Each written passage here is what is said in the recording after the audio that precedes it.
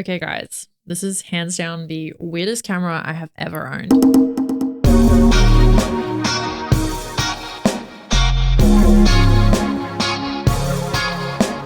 The Samurai series by Kyocera began in 1987 with the X3.0.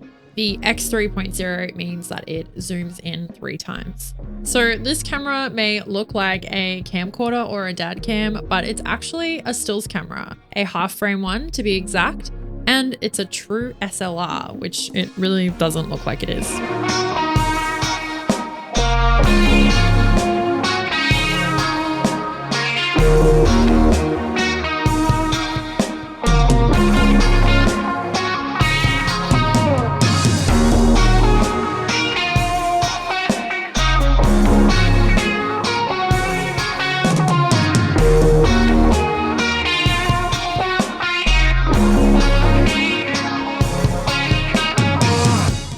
So unlike a lot of other half frame cameras out there, this Samurai exposes in landscape orientation, not portrait. Most people would probably prefer this, but me being somebody who predominantly shoots in portrait orientation, that's one of the reasons I gravitate towards half frame and why I love using my Olympus Pen FT. So with this, I was a little bit frustrated that it was shooting natively in landscape and I had to kind of turn it to get it to be the other way around. So just for your reference, this is landscape and then this is portrait. It's a bit awkward. Maybe it's just awkward for me. This camera has full autofocus, so you can see more or less what you are focusing on because it is a true SLR, but more on that later. It also features a built-in flash that unfortunately you can't control yourself. So you might be wondering what kind of lens this strange and wonderful creation has. It is a 25 to 75 millimeter lens, which is a 35 to 105 equivalent on full frame. So the aperture of this lens is 3.5 to 4.3. So not the greatest, but also not the worst. It's kind of somewhere in the middle. Okay, so now we've got the text and specs out of the way because there really isn't too much to talk about in terms of like settings or anything super impressive about this camera in terms of its specs. Let's talk about the user experience.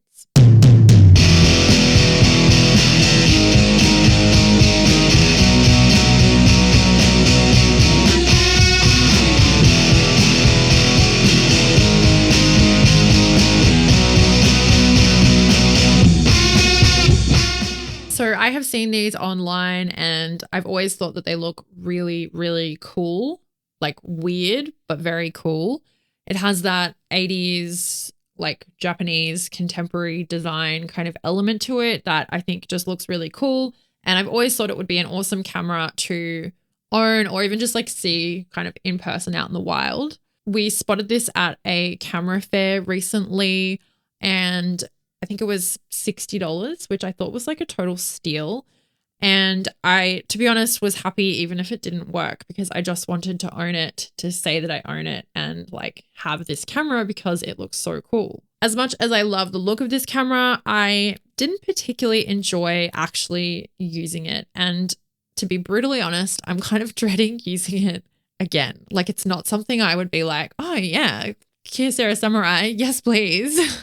It kind of felt like I was using like this giant, weirdly built point and shoot that had like really slow, clunky autofocus and no option to turn the flash on or off to make stuff look cool, which is kind of why I like using point and shoots. Nothing about this camera feels intuitive to use or like pleasing ergonomics wise, but I do still love it because it's so weird. And I would just love to talk to the person that created it or kind of know the reason behind why it is the way it is. So as I mentioned, when you hold it like, you know, camcorder style like this, it's shooting in landscape and that's not really how I like to shoot. So most of the time I was kind of like doing these ones and it just felt super awkward. Even like trying to look through the viewfinder is like really difficult. Like my eyelashes kept getting in the way. I mean, that's probably my fault. It's not Kyocera's fault, but like it just felt very just very awkward in general. And your hand kind of has to come over here, and then your shutter button is here. So you sort of have to hold it like this. And I felt like my rings were getting in the way. Again, totally my fault. And I feel like I had to keep reminding myself to not have my finger in front of the lens, which is another kind of like annoying thing. And then just like pushing the zoom buttons here, like my hand kind of like wasn't really big enough to get over there. And like I have pretty big hands. So like, who is this camera for? Oh, okay. All right. So my partner Lux, who has read the manual because he loves reading camera manuals and I don't, has just informed me that you're actually supposed to use your left hand when you press to zoom in and out. So then it'd be like a 2-hand operation, which kind of, I guess, makes more sense because you're not stretching it over. But then I don't know, just the whole thing just doesn't feel right. I felt like all of these kind of ergonomic issues that I had with this camera really had an impact on my photography because I was quite frustrated. So then I was, not seeing things the way I normally would. I also then had the added annoyance of the autofocus. I know that this is a really old camera and like, you can't really expect much from autofocus on these older cameras, but it's really jumpy, like super, super jumpy. It was a lot better in really bright sun. But as soon as I was in any kind of shaded area or like lower light sort of situation, it was just like jumping in and out, in and out, in and out. And I got so frustrated, I ended up just taking the photo.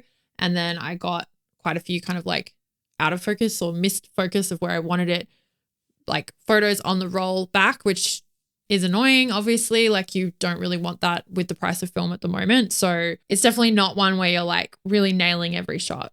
I think this camera would be a really fun one to have on you at like a party, or if you went away for the weekend and you just kind of wanted like something fun and like lo-fi to shoot, kind of like the way we think of like disposables or like reloadable kind of plastic cameras or point and shoots, I guess. Anything sort of low stakes is where I would be using this camera. And I think if you were out and about, this would be like an awesome conversation starter if you wanted to like kind of invite that.